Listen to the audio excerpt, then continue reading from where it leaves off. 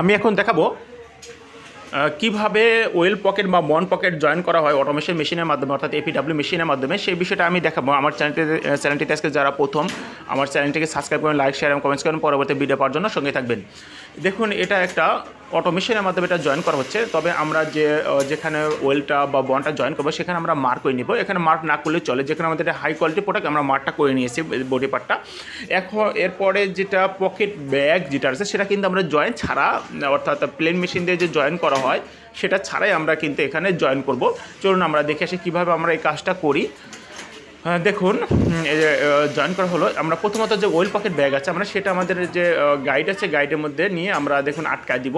এটা কিন্তু আমরা স্টিচিং ছাড়া দেখুন আমি বসায় নিলাম। এরপর আমাদের যে মার্ক অনুযায়ী, আমাদের লেজার লাইটের মার্ক অনুযায়ী আমি এটা বসাবো। বডিটা বসানোর পরে আমরা এটা আটকা দিব। এরপর বনটা বা ওয়েলটা আমরা দেখুন এবার বসিয়ে আমরা মেশিনে চাপ দিয়ে আমরা এখন স্টিচিং করব।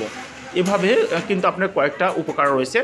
একটা হলো আপনার এখানে যে কোনা ফাড়া কাটার জন্য দুইটা হেল্পার প্রয়োজন ছিল, সেটা আপনার লাগবে না।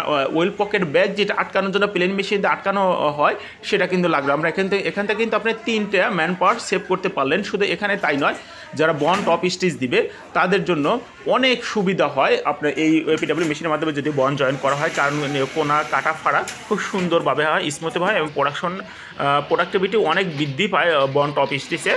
এখানে আপনার শুধু এটাই নয়, আপনার কোয়ালিটি কিন্তু 100% ওকে হয়, যেটা আপনার ম্যানুয়ালি করলে আপনি এরকম কোয়ালিটি পাবেন না। তবে যাই হোক, আপনার এপিডাব্লিউ মেশিনের মধ্যে প্রোডাকশনও কিন্তু অনেক ভালো হয়।